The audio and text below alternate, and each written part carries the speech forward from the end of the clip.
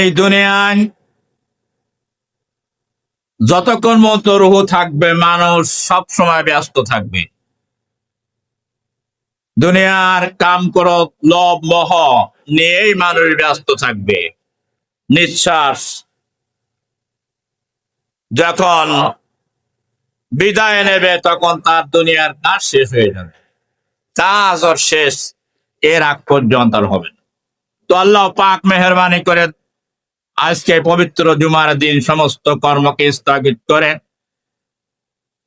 আসমানের নিচে জমিনের উপর সবচেয়ে উত্তম স্থানে আসন গ্রহণ করার তৌফিক দান করেছেন।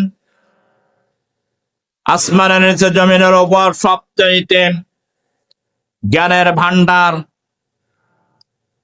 মহাগ্রন্থ কোরআনে কারিম থেকে তেলাওয়াত করার এবং শোনার তৌফিক দান করেছেন।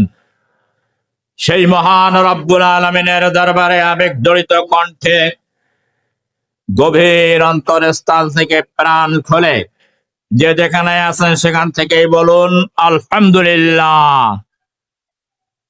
অগণিত দুরূদ ও সালাম ও রহমত কল্যাণ শান্তি ও মহিমা বর্ষিত হোক সর্বকালের সর্বযুগের মহান নেতা, মানবতার মুক্তির দিশারি, মুক্তির কান্ডারি, সরওয়ারে কায়নাত আশরাফুল আম্বিয়া জনাবে মুহাম্মদ রাসূলুল্লাহ সাল্লাল্লাহু আলাইহি ওয়াসাল্লামের উপরে বর্ষিত। আজকের পটভূমি, আজকের আপডেট শিরোনাম, আজকের আলোচ্য বিষয় হচ্ছে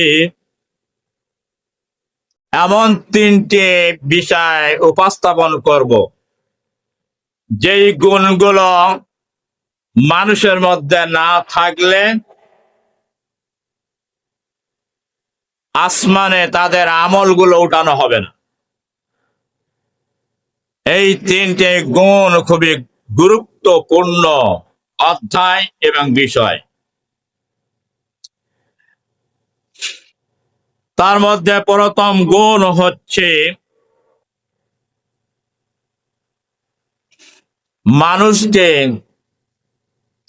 হালাল রিজিক উপার্জন করে তা আহার করতে হবে। হালাল রিজিকের সম্পর্কে কোরআন এবং সুন্নাহর মধ্যে ব্যাপক আলোচনা করা হয়েছে। স্বল্প সময় আমি যে আয়াতে কারিমা তেলাওয়াত করেছি সূরাতুল বাকারার 168 নম্বর আয়াত,